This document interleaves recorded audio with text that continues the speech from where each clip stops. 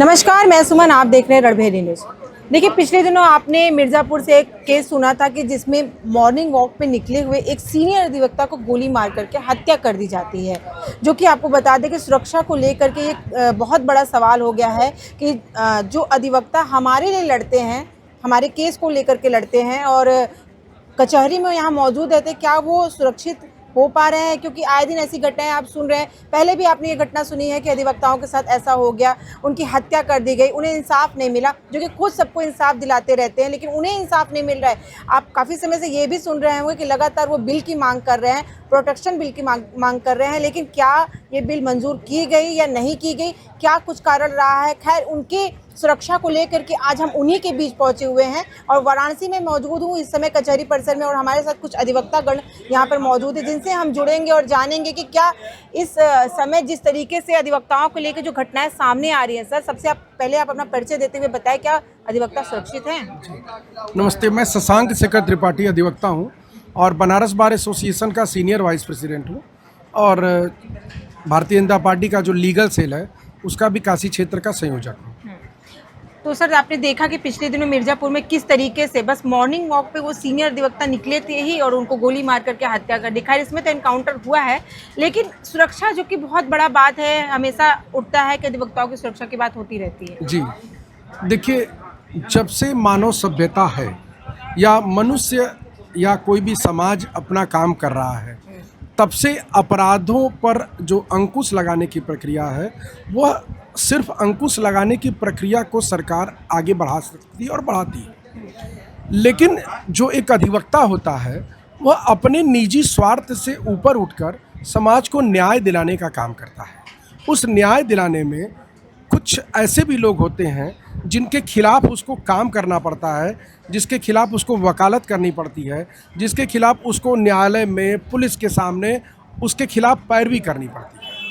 और उसमें जिसके खिलाफ वो पैरवी करता है, वह अज्ञानता में वकील को भी अपना दुश्मन मान लेता है। तो वकील के द्वारा जब अपना वकील का कृत्य करते हुए कोई कार्य किया जा रहा है और उसमें जब कोई व्यक्ति उसको अपना दुश्मन मान लेता है, तो निश्चित तौर पर यह समाज के लिए भी चिंता का विषय है और हम अधिवक्ताओं के लिए भी चिंता का विषय है। यह कोई पहली घटना नहीं है। जिस व्यक्ति को वकील साहब ने मिर्ज़ापुर में बेल पर छुड़वाया था, उस व्यक्ति ने वकील साहब की हत्या कर दी। इस तरह की दर्जनों मामले लगातार आते हैं। अभी आपने देखा होगा, बनारस में जो रोज़ा इफ्तार वाला बहुत चर्चित प्रकरण था, उसमें मैं ही वकील था और कचहरी परिसर में कुछ अज्ञात लोग जो वादी मुकदमा है उसको ट्रेस करने का प्रयास कर रहे थे, और जब मेरे कानों तक वह बात पहुंची तो वो लोग मुझे भी धमकी देते हुए भाग निकले। लेकिन पुलिस ने तुरंत FIR दर्ज किया, उसमें विवेचना चल रही है, CCTV फुटेज वगैरह बरामद कर लिया गया, उसमें काम चल रहा है।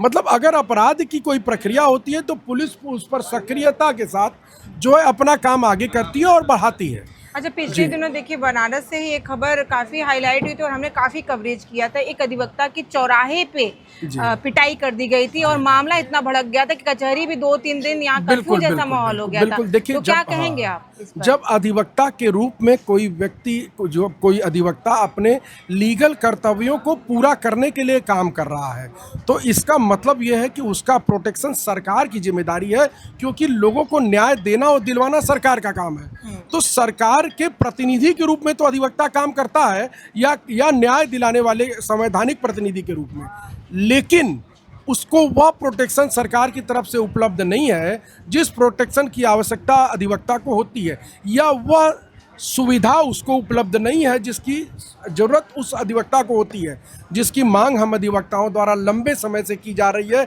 मैं भारतीय जनता पार्टी के लीगल सेल का कन्वीनर होने के नाते हम लोगों ने माननीय मुख्यमंत्री जी को, माननीय प्रधानमंत्री जी को भी कई मेमोरेंडम्स दिए हैं, वह विचाराधीन है। उस पर कुछ प्रक्रिया चल भी रही थी, लेकिन हमारे बार काउंसिल और सरकार के बीच में चूँकि बात किसी नतीजे तक नहीं पहुँच पाई, इसलिए वह इम्प्लीमेंट नहीं हो सका। आशुतोष शुक्ला एडवोकेट नाम है मेरा।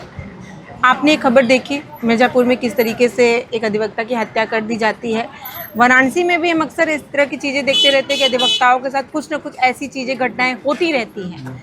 तो अधिवक्ताओं की सुरक्षा को लेकर के आप क्या कहेंगे? जनरली होता क्या है, हम लोग तो क्लाइंट के लिए काम करते हैं, लेकिन लोग जो है पर्सनली उसको अपना दुश्मन मान लेते हैं हम लोगों को। तो वही पर्सनल अटैक कर देते हैं भाई। उनको लगा कि बस यही वकील साहब को हमको जान से मार देंगे तो हमारा जो है बदला पूरा हो गया, इसीलिए मार दिए होंगे जो है। और हम हाफ इनकाउंटर के यहाँ पर हम खिलाफ ये हैं कि अगर सीसी कैमरा में आ गया था तो उसको भी इनकाउंटर करके मार देना चाहिए। तो हम लोगों के बीच में एक मैसेज जाता कि भाई कम से कम हम लोग को जो इस तरह किया तुरंत जो है उसको ऑन द स्पॉट मार दिया गया तो बहुत हम लोग खुश होते। लेकिन इस हाफ इनकाउंटर को हमको कष्ट हुआ कि जब पता हो गया कि यही मारा है तो उसको फिर छोड़ने की ज़रूरत नहीं थी, उसको ऑन द स्पॉट मार देना चाहिए था। नहीं, ये तो देखिए कानून को हाथ में लेना एक तरीके नहीं, से कानून हो को जाता हाथ में लेना एकदम क्लियर कट आ गया था। और इस समय क्यों भाई जब पता हो गया कि ये मारा तब तो क्यों छोड़ा गया, क्यों हाफ किया गया? आज नहीं तो कल उसको तो आजीवन कारावास फांसी होनी है, तो यही कर देते ना, तो दोबारा कोई हिम्मत नहीं कर पाता इस तरह से। मतलब कि जो कानून है और मजबूत होना जी, चाहिए, जी। अधिवक्ताओं की नहीं, यही मांग। बीच में हम ही लोग के द्वारा ये रोका गया, लेकिन देखिए हम ही लोग पर अटैक हो गया तो ये मार दिया गया होता तो फिर दोबारा किसी वकील को मारने का हिम्मत नहीं कर पाते इस तरह के अपराधी। आपको क्या लगता है कि बनारस का कचहरी परिसर, हम यहाँ पहुँचते हैं, हज़ारों अधिवक्ता यहाँ पे मौजूद हैं, तो उनकी सुरक्षा को लेकर के आप क्या कहेंगे? क्या यहाँ पे जो इंतज़ाम किए गए क्या वो काफ़ी हैं? ये इंतजाम तो काफ़ी हैं, लेकिन हम दूसरी तरफ अधिवक्ताओं के लिए भी कहना चाहेंगे कि अधिवक्ता भी अपनी गरिमा में रह के काम करेंगे ना तो शायद जो है इस तरह की घटनाएं नहीं भी होंगी। हम दोनों तरफ की बात कहेंगे क्योंकि अपनी गरिमा से हम लोग भी हट गए हैं। हम लोग भी ज़मीन मकान कब्जा करवाना या और सब माफियागिरी में ये कोट पैंट पहन के कर रहे हैं, इसका भी ये नतीजा हो सकता है। और इसका हम विरोध करते हैं कि कम से कम हम लोग अपनी गरिमा में रह के काम करेंगे। तो किसी की हिम्मत नहीं थी, क्योंकि जितने भी हमारे यहाँ देखिए सीनियर कभी कुछ हुआ नहीं, लेकिन आज के नए युग में जो ये हो रहा है उस ये नई गरिमा खिलाफ जो काम कर रहे हैं, ज़मीन मकान कब्जा करना और सब अनैतिक काम करना, इसीलिए जो है भाई उनका भी मन बढ़ रहा है कि हम यही वकील साहब हमारे दुश्मनों में मार दिया गोली। देखिए अधिवक्ताओं के बीच में अभी मौजूद हूँ और हम बात करेंगे मिर्ज़ापुर वाले केस को ही लेकर के, वाराणसी में मौजूद अधिवक्ताओं की सुरक्षा को लेकर के। तो जुड़ते हैं हम उनसे। आप अपना नाम बता दें। एडवोकेट अजीत सिंह। जिस तरीके से जो मिर्ज़ापुर में घटना हुई है उस पर आप क्या कहना चाहेंगे? ये बेहद निंदनीय है, जो है दिन दहाड़े जो है कट्टा से जिस तरह से अधिवक्ता महोदय को मार दिया गया, ये जो है बहुत ही निंदनीय है। और हर जगह ये प्रदेश में हर जगह लगातार हो रहा है। वाराणसी में भी कई घटनाएं ऐसा हो चुके हैं, अधिवक्ताओं पे हमला हो चुका है। ऐसा होना नहीं चाहिए। बम का भी धमकी मिल चुका है कि कचहरी को उड़ा दिया जाएगा। सुरक्षा की दृष्टि से कुछ ऐसा व्यवस्था नहीं है। तो क्या ये बहुत गंभीर विषय है। लेकिन क्या होना चाहिए, किस तरीके से कचहरी परिसर को सुरक्षित रह सके, अधिवक्ता सुरक्षित रह सके? होना ये चाहिए कि सरकार को एडवोकेट प्रोटेक्शन एक्ट को जल्द से जल्द लागू करना चाहिए। आप इसको लेकर काफ़ी समय से मांग कर रहे हैं लेकिन हो नहीं रहा है। हो नहीं रहा है। अब क्यों नहीं हो रहा है, अब सरकार की मंशा क्या है, इस पर भी सवाल उठता है। लेकिन ये एडवोकेट प्रोटेक्शन बहुत ज़रूरी है जिस तरह से हो रहा है। और सुरक्षा व्यवस्था को देखा जाए तो कोई भी अंदर आ जाता है। अभी कुछ दिन पहले एक महिला हथियार लेकर के, चाकू लेकर के मजिस्ट्रेट के सामने अधिवक्ता को मारने के लिए निकाली थी। अच्छा, यहाँ पे वो नहीं लगाया गया है क्या? हर जगह पे चेकिंग होती रहती जो है। मेटल डिटेक्टर लगा है, देखिए वो हर गेट पे लगा नहीं है, बस वो मतलब दिखाने के लिए है। बैक डोर से एंट्री हो जाता है। कोई हथियार लेकर भी यहाँ पर लोग आते हैं, ये सच्चाई है। कह सकते कचहरी परिसर सुरक्षित सुरक्षित बिल्कुल नहीं है। यहाँ पर हम लोग भाग्य भरोसे जी रहे हैं। क्या मांग रखते हैं? मांग यही है कि कड़ी से कड़ी सुरक्षा व्यवस्था किया जाए, बिना पास के एंट्री न दिया जाए। वकील के पास अगर आईडी है तभी उसको भी एंट्री दिया जाए और बाहरी लोगों का एंट्री प्रतिबंधित किया जाए। आप अपना नाम बता दें। मेरा नाम अमित यादव है। अमित जी, क्या कहेंगे जो मिर्ज़ापुर का केस है और बनारस में अधिवक्ताओं की सुरक्षा को लेकर? लगातार उत्तर प्रदेश के अंतर्गत हत्याएं हो रही है, लगातार अधिवक्ता पीड़ित है, शोषित है और लगातार वो परेशान भी है और काफ़ी तनाव भी रहता है अपनी सुरक्षा को लेकर। मुवक्किल की सुरक्षा कैसे करे जब अधिवक्ता ही सुरक्षित नहीं है। वर्तमान समय की स्थिति ऐसी है कि अधिवक्ता न्यायालयों की फाइलों में व्यस्त है और तमाम तरह के तनाव लिया है, लेकिन उसके बाद भी उसकी सुरक्षा भगवान भरोसे है। स्थिति ये है कि बनारस कचहरी की देखी जाए तो चारों तरफ पुलिस की फोर्स तो है, लेकिन नाम के लिए है, क्योंकि लगातार सुरक्षा भेजते हुए अनर्गल तरीके से लोग आ रहे हैं। लगातार बम धमकाने के घटना भी मिल रही है। और मिर्ज़ापुर में जिस तरह की घटना घटी है इस समय प्रेजेंट टाइम में, ये बड़ा ही निंदनीय है।